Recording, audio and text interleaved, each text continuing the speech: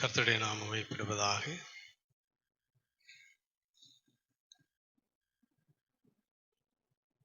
புலம்பல் 3ஆம் அதிகாரம் 22வது வசனத்தை ஒரு வாசிப்போம்.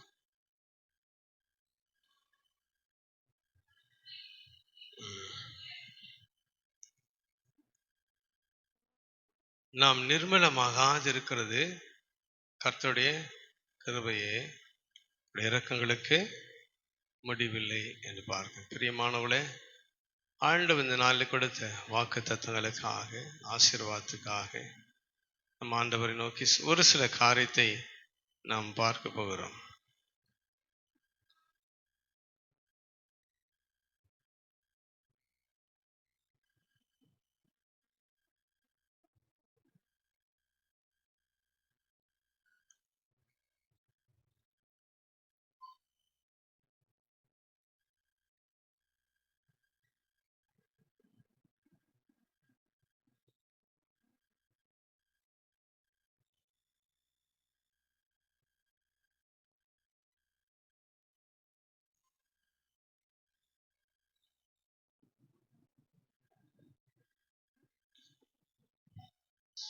கர்த்தருடைய பரிசுத்த நாமத்துக்கு மகிமையுண்டாதாக. ஹல்லேலூயா, ஹல்லேலூயா.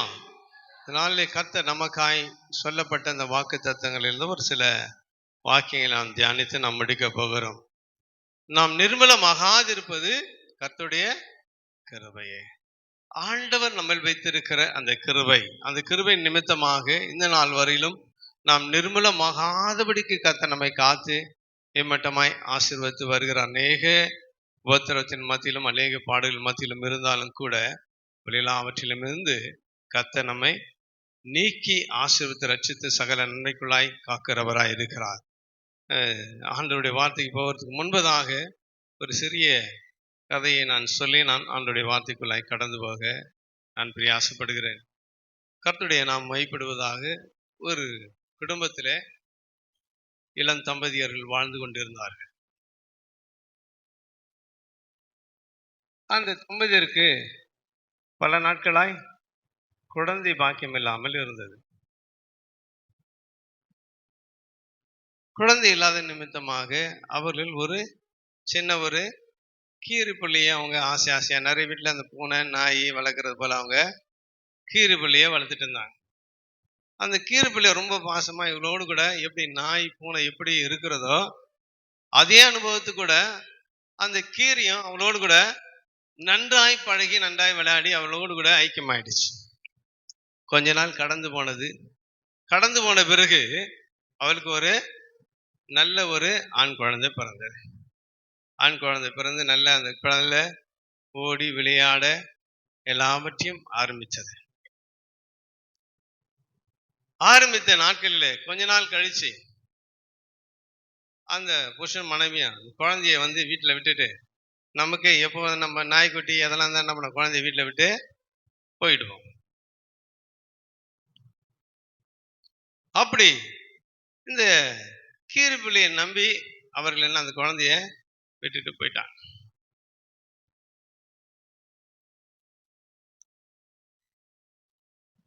கொஞ்ச நேரம் வெகு நேரம் கழித்த பிறகு ஒரு பாம்பு அந்த குழந்தையிடத்துல வந்தது. இவங்க ரொம்ப நேரம் கழிச்சு இவங்க மீண்டுமா வீட்டுக்கு வராங்க. வீட்டுக்கு வந்த உடனே கீரிப்புள்ள வாசல்ல நிக்குது. வாசல்ல நின்ற உடனே அவரோட வாயிலெல்லாம் ரத்த கரையோடு கூட அந்த கீரிப்புள்ள நிக்குது. அது நின்ன உடனே அவன் இந்த பெற்றோருக்கு ரொம்ப கோபம் வந்துடுச்சு. இந்த கீரிப்புள்ளியை நம்ம எவ்வளோ அன்பாய் வளர்த்தோம், எவ்வளோ பாசமாய் வளர்த்தோம், இது மேல நம்ம அதிகமான அக்கறை செலுத்தது எல்லாவற்றையும் செஞ்சுமே, இந்த கீரிப்புள்ளி என்ன பண்ணுச்சு, என் குழந்தைய சாகடிச்சிடுச்சேன்னு சொல்லி அந்த கீரிப்புள்ளைய அடிச்சு கொண்டுட்டாங்க. கொண்டுட்டு குடுகுடுன்னு குழந்தை எப்படின்னு உள்ள போய் ஓடி போய் பார்க்குறாங்க. ஓடி போய் பார்த்தா அந்த குழந்தை பக்கத்துல ஒரு பாம்பு இருக்குது. அந்த பாம்பை அந்த கீரிப்புள்ள கடிச்சு கொன்னதுனால அந்த குழந்தைக்கு ஒரு சேதமா குழந்தைய பாதுகாத்துச்சு. ஆனா அந்த வாயில இருக்க ரத்தத்தை பார்த்துட்டு என்ன சொன்னாங்க, இந்த கீரிப்புள்ள என் குழந்தையை கொண்டு இருக்கும் என்று சொல்லி தவறான கணக்கு வைத்து என்ன பண்ணாங்க, அதை கொலை செய்து விட்டார். இன்றைக்கு இந்த உலகத்துல கர்த்தர் நம்ம இப்படிப்பட்ட காரியங்கள்லாம் நடக்கும்போது கூட ஆண்டவருடைய வசனம் சொல்கிறது, நாம் நிர்மூலமாக இருக்கிறது உடைய கிருபை. நம் கண்களை மூடி ஆண்டவருடைய வார்த்தைக்காய் நாம் பார்ப்போமா? ஜீசஸ், ஹalleluya. இயேசுவே, உம்மை நன்றி உள்ளத்தோடு துதிக்கிறோம். எஜமான் இயேசு முகம் தேடுவே, என் கண் கர்த்தாவே கரநோக்குமே. எஜமான் இயேசு முகம் தேடுவே, என் கண் கர்த்தாவே கரநோக்குமே. எனக்கு ஒத்தாசை அவரால் கிடைக்கும், என்னை அழைத்தா அவர் சேவைக்கே. எனக்கு ஒத்தாசை அவரால் கிடைக்கும், என்னை அழைத்தார் அவர் சேவைக்கே. காலை நேர ஜப தியானமே, கருணை பொற்பாதம் காத்திருப்பே. அதிகாலையில் அன்போடு இயேசு தினம் பேசுவார். அதிகாலையில் அறிவை உணர்த்தி அன்போடு இயேசு தினம் பேசுவார். காலை நேர இந்த ஜப தியானமே, பல தீமை நிந்தை மொழிகள் உண்மை பொய்யாய் சொன்னாலும் களி கூறுவான். பல நிந்தை தீமை மொழிகள் உண்மை பொய்யாய் சொன்னாலும் களி கூறுவான். இதுவே உன் வாக்கியம் என இயேசு சொன்னார். இந்த வாக்கு நிறைவேறுதே. இதுவே உன் வாக்கியம் என இயேசு சொன்னார். இந்த வாக்கு நிறைவேறுதே. காலை நேர இந்த ஜப தியானமே,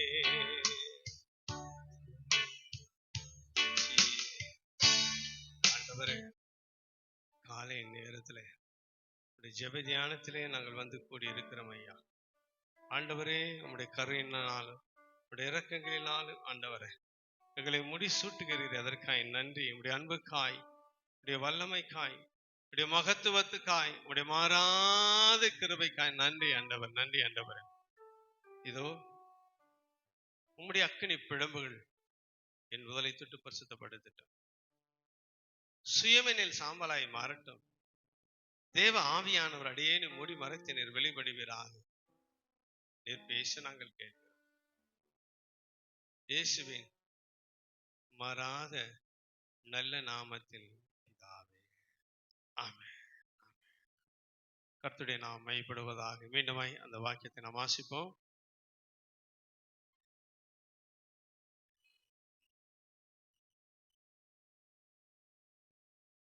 அவருடைய இரக்கங்களுக்கு முடிவு கிடையாது. கர்த்தருடைய இரக்கங்களுக்கு முடிவு கிடையாது. அடுத்த வசனம் வாசிங்க. அவைகள் காலைதோறும் புதியவைகள், உம்முடைய உண்மை பெரிதா இருக்கிறது என்று சொல்லப்பட்டது. இந்த ஆண்டவர் இந்த மாதத்தில் கொடுத்திருக்கிற வாக்கு தத்தமானது. நாம் நிர்மலமாகாதிருப்பது கிருபையும், அவருடைய இரக்கங்களுக்கு முடிவே கிடையாது. ஒரு ஸ்டாப்பே இல்லாத அளவுக்கு நமக்கு உதவி செய்து கொண்டே இருக்கிற இறங்குகிற தேவனா இருக்கிறார். அவருடைய இரக்கத்தை குறித்து நாம் இன்றைக்கு ஒரு சில காரியத்தை பார்க்கிறோம். இரக்கத்தினால் நாம் கிடைக்கிற பாக்கியங்கள், அந்த இரக்கத்தினால் நாம் பெற்று இருக்கிற நன்மைகள், அந்த இரக்கத்தினாலே நிறைய இருக்குது. ஆனா ஒவ்வொன்றிலே ஒவ்வொரு காரியத்தை மாத்திரம், இந்த 3 காரியங்களை மாத்திரம் நாம் தியானித்து நாம் முடிக்க போகிறோம். இதற்கு முன்பதாக வாசிப்போம். செப்பனியா 3ஆம் அதிகாரம் 6வது வசனத்தை வாசிங்க. செப்பனியா 3:6 வாசிங்க.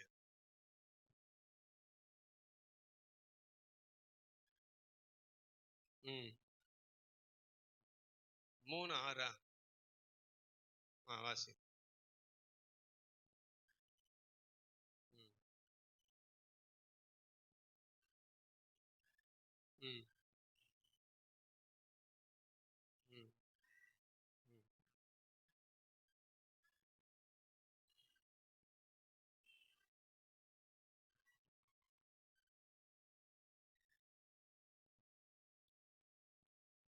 செப்பனியா 3:6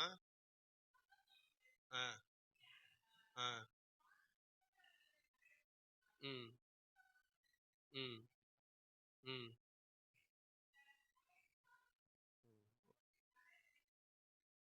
9 வாசிங்க. ம் ம் ம் ம் ம் இங்க சொல்லுகிறார், அப்படி வார்த்தையை சுத்தமாக மாற பண்ணுகிறவராய் இருக்கார். கர்த்தருடைய நாமத்துக்கே மகிமையுண்டாதாக. இன்னொரு வசனத்தை வாசிப்போம். ஏசாயா 33ஆம் அதிகாரம் 2வது வசனத்தை வாசிங்க.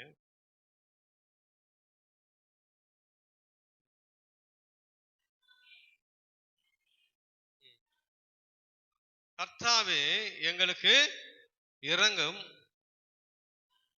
உமக்கு காத்திருக்கிறோம். இங்க பிரியமானவர்களே, ஏசாயா தீர்க்கதரிசி சொல்லப்பட்டிருக்கிற காரியம், கர்த்தாவே உமக்கு காத்திருக்கிற எங்களுக்கு இரங்கும் என்று விண்ணப்பம் பண்ணுகிறதை பார்க்கிறோம். இங்கே நாம் நிர்மலமாகாதிருப்பது கர்த்தருடைய கிருபை. நாம் நிர்மலமாகாதிருப்பது கர்த்தருடைய கிருபையா இருக்கிறபடியினாலே, அந்த கிருபையின் நிமித்தமாய் நாம் கிடைக்கப்படுகிறது. அவருடைய இரக்கங்களுக்கு முடிவே இல்லை என்று வேத வசனம் சொல்லுகிறது. வேத வசனம் சொல்லுகிறபடினாலே இங்கே ஏசாயா தீர்க்கதரிசி புத்தகத்தை நாம் வாசிக்கிறோம். கர்த்தாவே உமக்கு காத்திருக்கிறேன், எனக்கு இரக்கம் பாராட்டி அருளும்.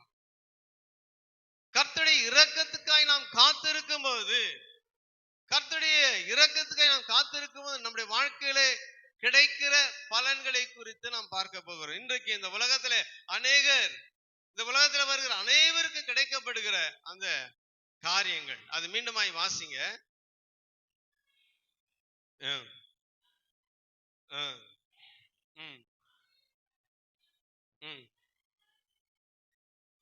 எங்களுக்கு ரட்சிப்புமாயிரும். காலையில, இங்க காலையில எழுந்து நாம் ஜெபிக்கும் போது அந்த பலன் இருக்குது. ஆண்டவர் எங்களுக்கு இறங்கும், இறங்கி எங்களை ரட்சியும் என்று சொல்லுகிறான். அப்போ ஆண்டவருக்காய் காத்திருக்கும் போது நமக்கு இரக்கம் கிடைக்கிறது. அந்த இரக்கத்தினால் நமக்கு கிடைக்கப்படுகிறது ரட்சிப்பு. இன்றைக்கு நாம் உலக பிரகாரமா நாம் அநேக காரியத்தை நாம் பார்க்கிறோம். இயேசு கிறிஸ்து ஏற்றுக்கொண்ட போது நாம் ரட்சிக்கப்படுகிற அனுபவம், இயேசு ஏற்றுக்கொள்ளும் போது ரட்சிப்பு.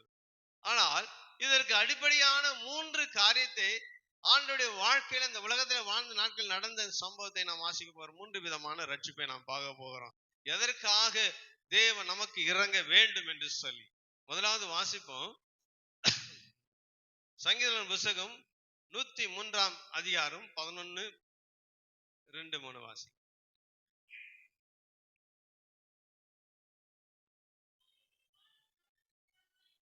பூமிக்கு வானம் எவ்வளவு உயரமாய் இருக்கிறதோ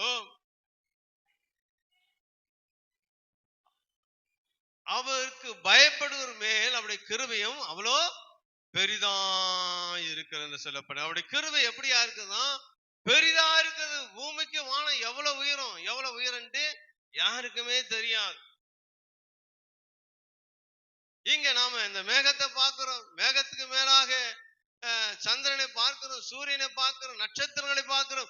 அதற்கு மேலாக எத்தனையோ கோடி லட்சங்களுக்கு மேலாக இருக்கிற அந்த வானம் எங்க இருக்குதுன்னு யாராலும் அளக்க முடியல. ஆனா வேதத்தை சொல்லப்பட்ட முதலாம் வானம், இரண்டாம் வானம், நாலாம் வானம் அப்படி சொல்லப்போ எத்தனை வானங்கள் இருக்கிறதுன்னு தெரியாது. ஆனால் ஆண்டோடைய வசனம் சொல்கிறது, இந்த பூமிக்கும் வானத்துக்கு எவ்வளோ தூரமா இருக்கிறதோ அவ்வளோ தூரம் என்னுடைய கிருபை பெரிதாய் இருக்கிறது என்று ஆண்டவர் சொல்கிறார்.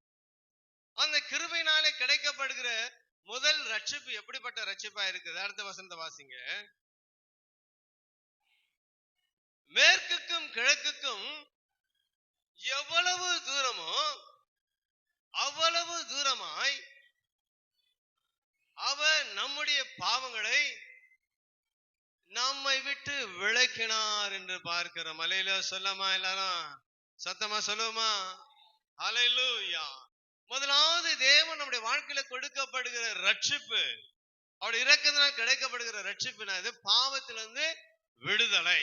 அந்த பாவத்திலிருந்து விடுதலை எப்படி கொடுக்கிறாராம்? கிழக்குக்கும் மேற்குக்கும் எவ்வளவு தூரமோ அவ்வளவு தூரம் நம்மை விளக்கிட்டாங்க. அது எங்க இருக்குன்னு தெரியாத அளவுக்கு கர்த்தர் மாற்றுகிறவராக இருக்கிறார். முதல் ரட்சிப்பு பாவத்தை நம்மை விட்டு விளக்குகிற அந்த ரட்சிப்பு. அது என்ன பண்ணுக்கூடாது? ரெண்டாவது, அதை நம்ம பார்க்கவும் கூடாது, அது நோக்கவும் கூடாது, அதை பற்றி நினைக்கவும் கூடாத அளவுக்கு கர்த்தர் நம்மை விட்டு வெகு தூரமாய் அனுப்பிவிட்டார். ஹல்லேலூயா.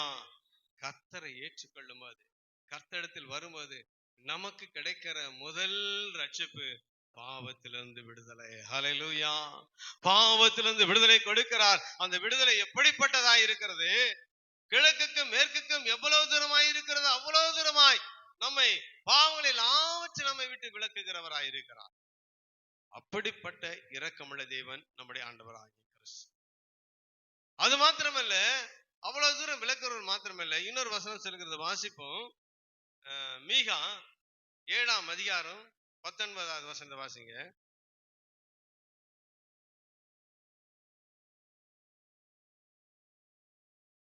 மீகா 7:19.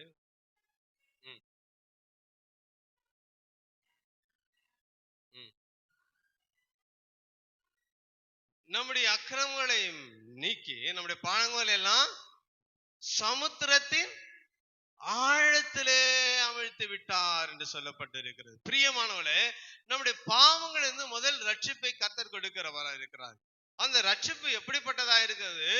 வானத்துக்கும் அத கிழக்குக்கும் மேற்குக்கும் எவ்வளவு தூரமாய் இருக்கிறதோ அவ்வளவு தூரம் விளக்குறது மாத்திரமல்ல, இனி அதை நம்ம பார்க்கவே கூடாத அளவிற்கு அதை சமுத்திரத்தின் ஆழத்துல போட்டு அமிழ்த்து போட்டு விட்டார். இனி அது தேவையே கிடையாது. அப்படிப்பட்ட தேவன் நம்முடைய தேவன் ஆயிருக்கிறார். அப்படிப்பட்ட இரக்கமுள்ள தேவன், அப்படிப்பட்ட கிருபையுள்ள தேவன், அப்படிப்பட்ட ரட்சிப்புள்ள தேவன் ஆயிருக்கிறார். அந்த தேவனுக்கு ஒப்பான தேவன் இந்த உலகத்திலே ஒருவரும் கிடையாது. ஹல்லேலூயா. அந்த தேவன் முதலாவது ரட்சிப்பை பாவத்திலிருந்து விடுதலை கொடுக்கிறார். அவருடைய இரக்கம் எப்படிப்பட்டதா இருக்கிறது? முதலாவது நம்முடைய பாவத்தை நம்மை விட்டு விளக்குகிறவரும் கடலின் ஆழத்திலே போட்டு அமிழ்த்துகிறவருமாய் காணப்படுகிறார். அப்படிப்பட்ட இரக்கமுள்ள தேவன் நம்முடைய ஆண்டவராகிய கிறிஸ்து. அப்படிப்பட்ட கிருபை செய்கிறவர், அப்படிப்பட்ட இரக்கம் செய்கிறவராய் இருக்கிறார். இது மாத்திரமல்ல, வாசித்த சங்கீதம் 103 13வது வசனத்தை வாசிங்க.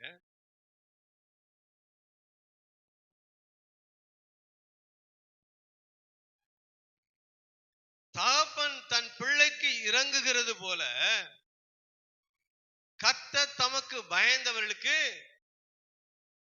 இறங்குகிறார். யோசித்து பாருங்க. தகப்பன் தன் பிள்ளைக்கு எப்படி இறங்குவானோ அப்படி கர்த்தர் நமக்கு இறங்குகிறவராயிருக்கிறார். அப்படி இரக்கங்களுக்கு முடிவே கிடையாது. ஹல்லேலூயா. அப்படி இரக்கங்களுக்கு முடிவு இல்லை. அப்படி இரக்கங்களுக்கு முடிவே கிடையாது. அவர் மகா இரக்கமுள்ள தேவனாய் இருக்கிறார். நம்முடைய பாவத்தை நம்மை விட்டு விளக்குகிறவராய், நம்முடைய பாவத்தை கடலின் ஆழத்தில் போட்டு அமிழ்த்துகிறவராய் இருக்கிறார். முதல் விடுதலை தேவன் பாவத்திலிருந்து கொடுக்கிறவராய் இருக்கிறார். முதல் ரட்சிப்பு. இரண்டாவதாக வாசிப்போம். லூக்கா 18ஆம் அதிகாரம் 37, 38 வாசி.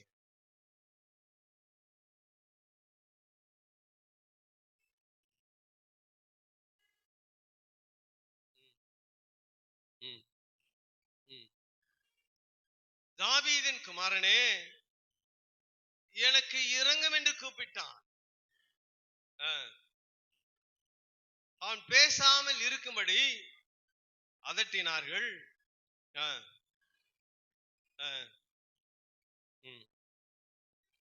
இங்க பாருங்க, முதல் கூப்பிட்டதை காட்டி இன்னும் அதிகமாய் கூப்பிட்டான். இங்க இரண்டாவது பார்க்கிறோம், வியாதியிலிருந்து விடுதலை, வேதனையிலிருந்து சுகத்தை பெறுகிறதை நாம் பார்க்கிறோம். இரண்டாவது ரட்சிப்பு, வியாதியிலிருந்து விடுதலை. இங்க ஒரு குள்ளன் ஜெபிக்கிறான், ஆண்டவரே எனக்கு இரங்கும் இரங்கும் என்று ஜெபிக்கும் போது எவ்வளோ திரளான கூட்டம் இருக்குது. இயேசுவை சுத்தியும் கூட்டம், வீதியெல்லாம் கூட்டம். ஆனா வீதியின் ஓரத்திலே அவன் இருக்கிறான். அவன் அங்கிருந்து கத்துற சத்தம் ஆண்டவருக்கு கேட்குமோ கேட்காத யோசிப்போம். நம்ம நிச்சயமா நம்ம கூட்டத்தின் நடுவில் போனா அந்த ரோடு ஓரமா இருந்து கத்துறவங்கள சத்தம் நமக்கு கேட்காது. ஏன்னா நம்ம பக்கத்துல இருக்கிறவங்க எல்லாம் பேசின்னு கத்தின்னு ஆர்ப்பரித்துட்டு ஏசு வந்துட்டான்னு ஓடிட்டே இருக்கிறோம். ஒரு மினிஸ்டரோ ஒரு பெரிய தலைவர்களோ இப்ப இன்றைக்கு தேர்தல் பிரச்சாரத்துல வந்துட்டான்னு சொன்னா என்ன பண்ணாங்க, அவரை சுத்தி ஒரு கூட்டம் வரும், அவர் பக்கத்துல சுத்தின்னு இருக்கிற ஒரு கூட்டம் இருக்கும், எல்லாம் ஆர்ப்பரி கத்துக்கிட்டே இருப்பாங்க, சத்தம் போட்டுக்கிட்டே இருப்பாங்க. எங்கேயோ தூரமா இருந்து ஒருத்தன் தலைவரேன்னு கத்துனா சத்தம் அவருக்கு கேட்காது. ஆனால் என் இயேசுவுக்கு கேட்கும். ஹல்லேலூயா, ஹல்லேலூயா. அவருக்கு கேட்க எவ்வளவு கூட்டத்துல இருந்தாலும் ஒருவன் கூப்பிடுகிற கூப்பிடுதல், அவன் ஏக்கத்தோடு அவன் என்னுடைய இரக்கத்துக்காக கூப்பிடுகிறானே என்று சொல்லி அந்த சத்தம் அவருக்கு கேட்கும். மற்றவள் அந்த சத்தத்தை கேட்காதவளை போல, கேட்டாலும் கேட்காத போல இருப்பாங்க, பார்த்தாலும் பார்க்காத போல இருப்பாங்க. ஆனா அவ எங்க இருக்கிறன்னு தெரியலனா கூட அந்த சத்தம் ஆண்டவருடைய செவிகளிலே கேட்கும். என் மகன் ஏக்கத்தோடு கூட கூப்பிடுகிற சத்தம் என் செவிகளிலே கேட்கிறது. ஏக்கத்தோடு கூப்பிடுகிற சத்தம் என் செவிகளிலே வந்து எட்டுகிறது. அவன் கூப்பிடுகிற சத்தம் என் செவிக்கு வருகிறது என்று சொல்லி ஆண்டவர் அவனை தேடி போய் அவனுக்கு பார்வை அடையும்படியாய் செய்தார். ஹல்லேலூயா. சத்தமா சொல்லுமா, எல்லாரும் மொத்தமா சொல்லுமா, அவன் சொஸ்தமடையும்படி செய்தார். கூட்டத்தின் மத்தியிலே இருந்தாலும் எனக்கு இரங்கும் என்று சொல்லும்போது அவருடைய இரக்கத்துக்கு முடிவே கிடையாது. முடிவில்லாத தேவன் எங்கிருந்தாலும் அவருடைய இரக்கத்தின் குரலை அவர் கேட்கிறவராயிருக்கிறார். அதை கேட்டு ஓடோடி வந்தார். ஓடோடி வந்து அவனை தொட்டு அவன் பார்வையடையும்படி செய்தார். பிரியமானவனே, ஆண்டவருடைய இரக்கம் எப்படிப்பட்டதா இருக்கிறது, பாவத்திலிருந்து விடுதலை கொடுக்கிறதா இருக்கிறது. நீ வியாதியோடு கஷ்டத்தோடு தேவனத்துல முறையிட்டன்னு சொன்னா உன் சத்தத்தை அவர் கேட்கிறவரா இருக்கிறாரு. இங்க இருந்து எப்படி வானத்துக்கு எட்டும், ஆண்டவருடைய சந்ததி கெட்ட நினைக்காதீங்க. ஆண்டவருக்கு நிச்சயமா கேட்க நீ ஆதங்கத்தோடு ஆண்டவருடைய இரக்கத்துக்காக ஆண்டவருடைய கிருபைக்காக நீ ஆண்டவரை நோக்கி விண்ணப்பம் பண்ணினன்னு சொன்னா அந்த சத்தம் ஆண்டவருக்கு கேட்கும். நிச்சயமாய் அதை கேட்டு அவர் பதில் கொடுப்பார். அவர் உண்மையுள்ளவராய் இருக்கிறார், அவர் இரக்கமுள்ளவராய் இருக்கிறார். அவருடைய இரக்கத்துக்கு முடிவே கிடையாது. முதலாவது பார்த்தோம், பாவத்திலிருந்து ரட்சிப்பை கொடுத்தார். இரண்டாவது வியாதியிலிருந்து ரட்சிப்பை கொடுத்தார்.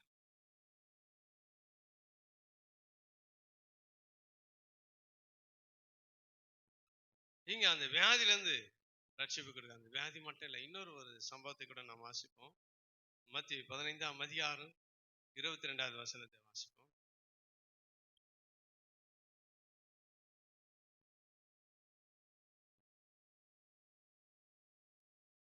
மத்திய 15:22 வாசம்.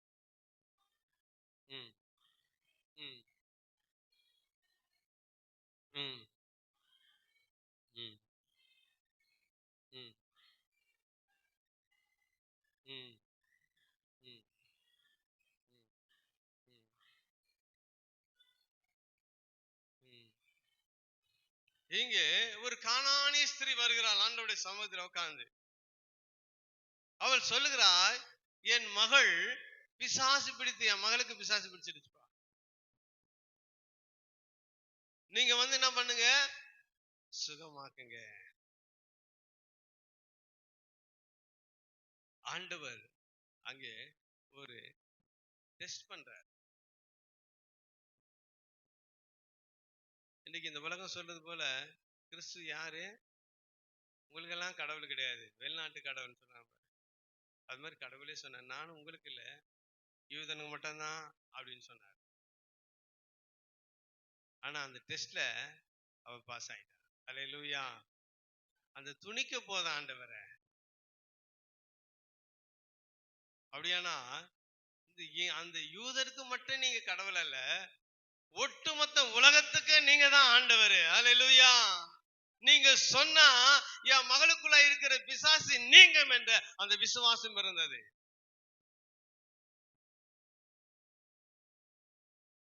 அவ நம்முடைய இரக்கத்துக்காக அவ ஏங்குறாளா என்று ஆண்டவர் பார்க்கிறார். சில நேரங்களில் நாம கூட சில வியாதிகள், சில பிரச்சனைகள் தீராத போது நம்ம சொல்லுவோம், எனக்கு அப்பவே தெரியும் இந்த வியாதியில் ஆண்டவரால் சுகமாக்க முடியாது, இந்த எவ்வளவு பேர் இருக்கிறாங்க அவங்களுக்கெல்லாம் நல்லா ஆகலையே, நமக்கு மட்டும் நல்லா ஆயிடுமா அப்படின்னு நினைச்சு நாமளே ஒரு முடிவை எடுத்துக்கிறோம். ஆனா அந்த கானானிய ஸ்திரீ அந்த முடிவு எடுக்கல. ஆண்டவர் பரவாயில்ல ஆண்டவர் என்று சொல்லி ஆண்டவருடைய சமூகத்துல அந்த காத்திருந்த அனுபவத்தை பாருங்க. எவ்வளவு பெரிதான அனுபவம், எவ்வளவு பெரிதான அனுபவம், எவ்வளவு பெரிதான அனுபவம். ஆண்டவர் பிசாசின் கட்டுகளிலிருந்து விடுதலையாக்குகிறவராக இருக்கிறார். வியாதியில் மாத்திரமல்ல, பிசாசு, அதாவது நம்முடைய சரீரத்துக்குள்ளாக, அது பிசாசா இருந்தாலும் சரி, வியாதியா இருந்தாலும், குள்ளமா இருந்தாலும், பலவீனமா இருந்தாலும், எல்லாவற்றிலும் இருந்து கர்த்தர் நமக்கு விடுதலை கொடுக்கிறவராயிருக்கிறார். ஹல்லேலூயா. விடுதலை கொடுக்கிறவர். பாவத்திலிருந்து விடுதலை, வியாதியிலிருந்து விடுதலை.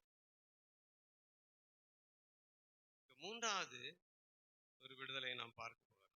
வாசிப்போம். ஆதியாகமத்தின் புத்தகம் 19ஆம் அதிகாரம் 16வது வசனம் வாசிப்போம்.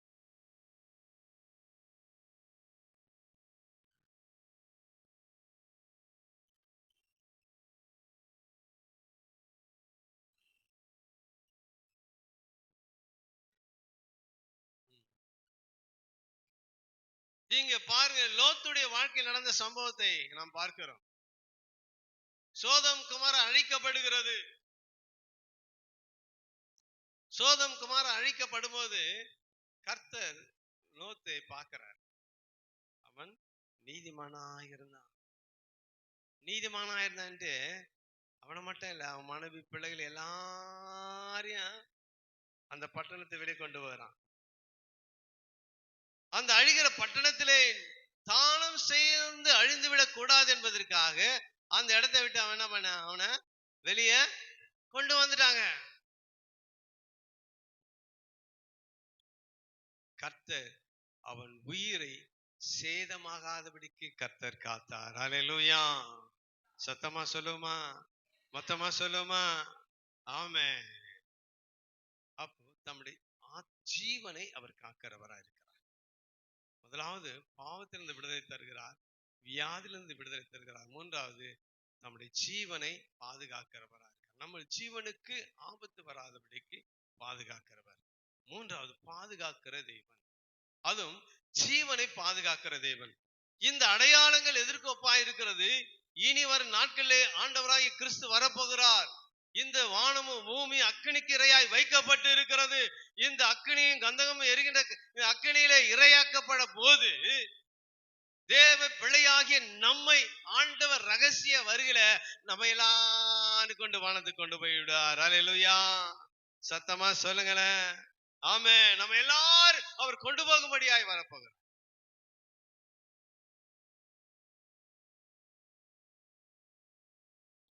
அப்படிப்பட்ட இரக்கத்தின் தேவன், அப்படிப்பட்ட கிருபையின் தேவன், அப்படிப்பட்ட பரிசுத்தத்தின் தேவன் வாழ்க்கையில ஒரு மாற்றத்தை, ஒரு திருப்பத்தை, நன்மையான காரியத்தை அவர் செய்ய வல்லவராயிருக்கிறார். அல்லேலூயா. வாழ்க்கையில இன்றைக்கு இந்த உலகத்துல ஜீவனை காப்பது மாத்திரமல்ல, ஆண்டவராய் கிறிஸ்து மீண்டும் வரப்போகிறார். வரும்போது இந்த உலகத்துல அந்திக்கிறிஸ்து ஆட்சியை அழிந்து போகாதபடிக்கு உடைய ஆத்மாவை காக்கும்படியா உன் ஆத்மாவை மீட்டு பரலோகத்துக்கு கொண்டு போக அவர் வரப்போகிறார். இப்போது இருக்கிற இந்த பூமி அக்கினிக்கு இரையாய் வைக்கப்பட்டு இருக்கிறது. பாவம் பொல்லாது நிறைந்த இந்த பூமி அக்கினிக்கு இரையாய் வைக்கப்பட்டு இருக்கிறது. இந்த அக்கினியில லோத்தின் குடும்பம் அழியாதபடிக்கு எப்படி கர்த்தர் தூக்கி எடுத்தாரோ அதே போல நம்மையும் கர்த்தர் தூக்கி எடுக்கிறவராயிருக்கிறார். அவருடைய இரக்கங்களுக்கு முடிவு இல்லை. அவருடைய இரக்கங்களுக்கு முடிவு இல்லை. அவருடைய இரக்கம் பெரிதாய் இருக்கிறது. அந்த இரக்கத்தின் நிமித்தமாக நம்மை மீட்கிறவராய், நம்மை ரட்சிக்கிறவராய், நம்மை பாதுகாக்கிறவராய், நம்மை ஆசீர்வதிக்கிறவராய் இருக்கிறார். பிரியமானவளே, வேதத்துல சொல்லப்பட்ட பிரகாரமாய் நாம் நிர்மலமாகாதிருப்பது அவருடைய கிருபை. அவருடைய இரக்கங்களுக்கு முடிவில்லை. நிர்மலமாகாததுக்கு என்ன காரணம்? நம்மை ஆபத்திலிருந்தும் வியாதியிலிருந்தும் மரணத்திலும் ஜீவம் நம்முடைய பாதுகாத்து நடத்துகிறவருமாய் இருக்கிறார். 3 விதமான பாதுகாப்பை, 3 விதமான ஆசீர்வாதத்தை நம்முடைய வாழ்க்கையில கொடுக்கிற ஒரே தேவன் நம்முடைய ஆண்டவராகிய இயேசு கிறிஸ்து. இந்த வாக்குத்தத்தம் இன்றைக்கு மாத்திரமல்ல, இந்த மாதத்துக்கு மாத்திரமல்ல, இந்த உலகத்தின் முடிவு பரியந்தமாய் அந்த வாக்குத்தத்தத்தை நம்முடைய வாழ்க்கையிலே அவர் நிறைவேற்றுகிறவராய் இருக்கிறார். அவ்வளோ கிருபையும் இரக்கமும் நிறைந்த தேவன் நம்முடைய தேவன். இந்த தேவன் நம்மை விட்டு விலகாதவராய், இந்த தேவன் நம்மை விட்டு ரட்சிக்காதவராய், அந்த காரியத்தை நம்ம ரட்சித்து ஆசீர்வதித்து நம்மை பாதுகாக்கிற தேவனாயிருக்கிறார். தேவன் என்றென்றும் நம்மை ஆசீர்வதிக்கும், பலப்படுத்தும், பாதுகாக்கிறவராயிருக்கிறார். வாசிப்போம். மல்கியாவின் புஸ்தகம் 3ஆம் அதிகாரம் 6வது வசனத்தை வாசிங்க.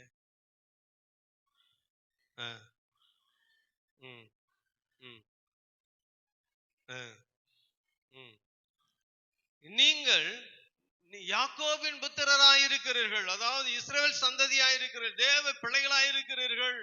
நீங்கள் என்ன பண்ணுகிறதுல ஒரு நாளும் நிர்மலமாகிறது கிடையாது. அது இந்த உலகத்துல எவ்வளவு பெரிய சாத்தானாலே நம்மளுக்கு சோதனைகள், பாடுகள், கஷ்டங்கள், அந்திக்கிறிஸ்து ஆவினுடைய பாடுகள் நமக்கு வந்தாலும் கூட நாம நிர்மலமாவதே இல்லை என்று சொல்கிறார். யோபுடைய வாழ்க்கையில நடந்த காரியத்தை நம்ம எண்ணி பார்க்கிறோம். எவ்வளவு பிரச்சனை, எவ்வளவு கஷ்டம், எவ்வளவு பாடு, எவ்வளவு துன்பம் வந்தது. ஆனாலும் கர்த்தர் அவனை நிர்மலமாகாதபடி காத்தார். பிரியமானவளே, உங்களுடைய வாழ்க்கையில கஷ்டத்தையும் துன்பத்தையும் பாடுகளையும் வேதனையிலும் சுமந்து கொண்டு தெரிந்து கொண்டு இருக்கிறீர்களா? கர்த்தர் இன்றைக்கு சொல்கிறார், நீ தேவ சந்ததியாயிருக்கிற உங்களை பார்த்து நான் கர்த்தர், நான் மாறாதவர், நீங்கள் ஒரு நாளும் நிர்மலமாகாதிருப்பீர்கள் என்று சொல்லுகிறார். நீங்கள் நிர்மலமாக மாட்டீங்க.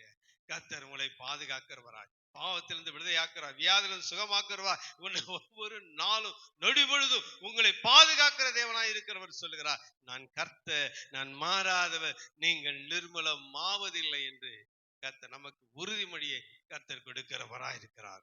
அது மாத்திரமல்ல, வாசிப்ப நெகேமியா 9ஆம் அதிகாரம் 31வது வசனம் வாசிங்க.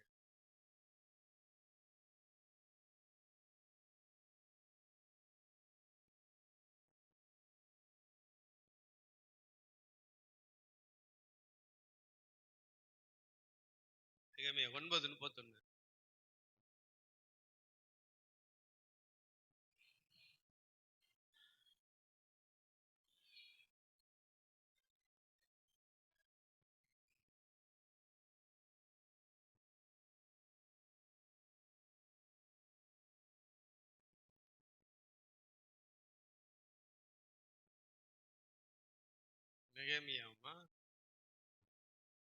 நெகேமியாமா எரேமியா பாத்தீங்களா?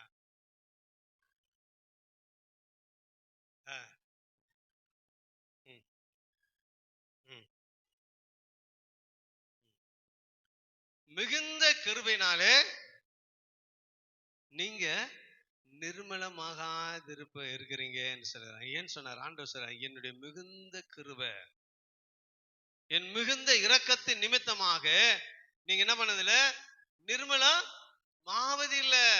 மீண்டும் அந்த வசனத்தை வாசிங்க.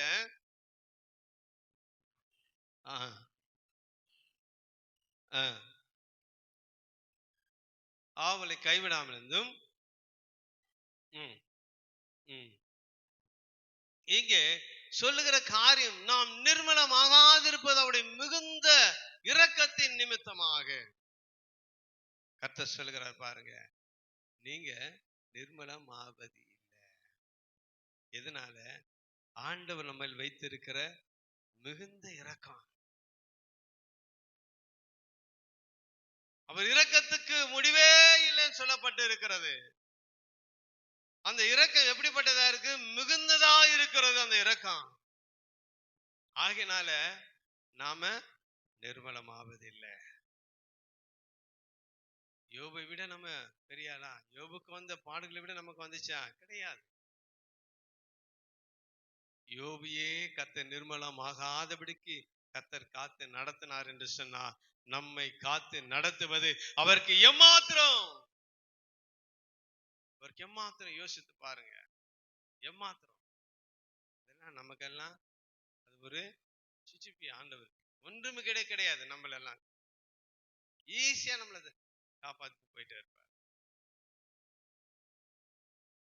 மிகுந்த இரக்கத்தின் நிமித்தமாய் நாம் நிர்மூலமாகாதபடிக்கு கர்த்தர் காக்கிறவரா இருக்கிறார். அது மாத்திரமல்ல, இந்த இரக்கம் எப்படிப்பட்டதா இருக்கிறது வாசிப்போம்.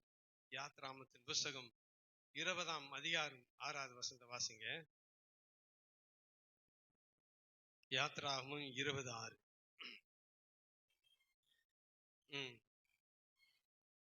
என் கற்பனைகளை கை கொள்ளுகிறவர்களுக்கும் 1000 தலைமுறை மட்டும் நான் இரக்கம் செய்கிறவராயிருக்க 1000 தலைமுறை வரைக்கும் அவர் இரக்கம் செய்வார். நாம ஒரு ஆளு ஆண்டவருக்கு முன்பாக இருந்தேன்னு சொன்னா, நம் நிமித்தம் தலைமுறை 1000 தலைமுறைக்கு அந்த இரக்கத்தை பெற்றுக் கொள்ளுகிறது. ஆபிரகாம் ஒரே ஒரு மனுஷன் தேவனுக்கு முன்பாக இருந்தான். அவன் பெற்ற இரக்கம் இன்றைக்கு வரைக்கும் அந்த சந்ததி ஆசீர்வதிக்கப்பட்டு கொண்டே இருக்கிறது, பாதுகாக்கப்பட்டு கொண்டே இருக்கு, விடுதலையாக்கப்பட்டு கொண்டு இருக்கிறது. இன்றைக்கும் அந்த தேசத்தை குறித்தான அச்சம் அநேகருக்கு உண்டாய் கொண்டு இருக்கிறது. காரணம் என்ன? 1000 தலைமுறை மறக்கும் அவரை இரக்கம் செய்கிறவராய். அது மாத்திரமல்ல, இன்னும் லூக்கால சொல்றாரு பாருங்க, 1:50 வாசிப்போம்.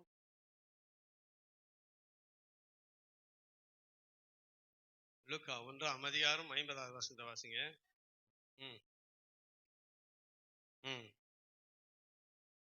அவர் பயந்தவருக்கு தலைமுறை தலைமுறைக்கு அப்படியே ஜெனரேஷன் அது என்னது முடிவே கிடையாது. பழைய ஏற்பாடுல 1000 தலைமுறைன்னு சொல்றாரு.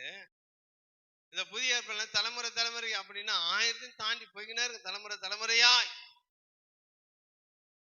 கர்த்தர் அப்படிப்பட்ட இரக்கத்தை கர்த்தர் நம்ம மேலும், நம்முடைய குடும்பத்தின் மேலும், நம்முடைய சந்ததியின் மேலும் வைத்திருக்கிறார். ஹல்லேலூயா. பிரியமானவர்களே, உடைய வாழ்க்கையில பலவீனங்கள், பாடுகள், கஷ்டங்கள், உபத்திரங்கள் வந்து வேதனைப்பட்டு கொண்டு இருக்கிறையா? ஐயோ, நான் நிர்மலமாகிறேனே, நான் வேதனை கொடிதா இருக்கிறதே, என் துன்பம் கொடிதா இருக்கு, எனக்கு பிரச்சனையா இருக்கு சொல்லி நீ கலக்கம் அடைகிற. கலக்கம் அடையாது. கர்த்தருடைய இரக்கம் பெரியது, கர்த்தருடைய இரக்கம் பெரியது, கர்த்தருடைய இரக்கம் மாறாதது. அவருடைய இரக்கத்தின் நிமித்தமாக வாழ்க்கையில ரட்சிப்பும் சமாதானத்தையும் ஆசீர்வாதத்தும் நன்மையான காரியத்தை அவர் செய்ய வல்லவராயிருக்கிறார். அவர் கிருபை பெரிதா இருக்கிறது. பிரியமானவர்களே, இன்றைக்கு வேதனையோடு இருக்கிற நம்முடைய வாழ்க்கையிலே கர்த்தர் தெய்வீக சமாதானத்தையும் ஆசீர்வாதத்தையும் கட்டளையிடுவராக. நம் கண்களை மூடி ஆண்டவரை நோக்கி நாம் செபிப்போமா? ஹல்லேலூயா. ஸ்தோத்திரம் ஆண்டவரே. ஆண்டவரே, நீ சொன்ன வார்த்தையின்படியா நான் நிற்பதும் நிர்மூலமாகாது இருக்கிறதும் கிருபை என்று சொன்னீரையா. ஆண்டவரே, நான் நிற்பது நிர்மூலமாகாது இருக்கிறது கிருபை ஐயா. இரக்கங்களுக்கு முடிவில்லை, இரக்கங்களுக்கு முடியவில்லை. அவை காலைதோறும் என் வாழ்க்கையிலே புதிதாக்கி கொண்டே இருக்கிறது ஐயா. ஆண்டவர், அந்த இரக்கம் எப்படிப்பட்டதா இருக்கிறது? எப்படிப்பட்டதா இருக்கு? என்னை பாவத்திலிருந்து விடுதலை தருகிற இரக்கம், நோய்களிலிருந்து விடுதலை தருகிற இரக்கம், என்னை ஒவ்வொரு நாளும் பாதுகாக்கிற இரக்கம். ஆண்டவரே, 3 விதமான இரக்கத்தை ஆண்டவரே எனக்கு மாத்திரமல்ல, என் சந்ததிக்கும் தலைமுறை தலைமுறைக்கும் நீ ஆண்டவரை, எங்கள் சந்ததி முழுவதும் ஆண்டவரே நிர்மூலமாகாதபடிக்கு தலைமுறை தலைமுறைமாய் ஆசீர்வதித்து பாதுகாக்கிறவராய் இருக்கிறார். பாதுகாப்புக்காய் நன்றி உள்ளத்தோடு துதிக்கிறோம். தொடர்ந்து தேவ பிரசன்னமும் கிருபையும் அன்பும் என்னாலும் மாறாதிருப்பதாக. இயேசு கிறிஸ்துவின் இரக்கமுள்ள நாமத்தில் பிதாவே.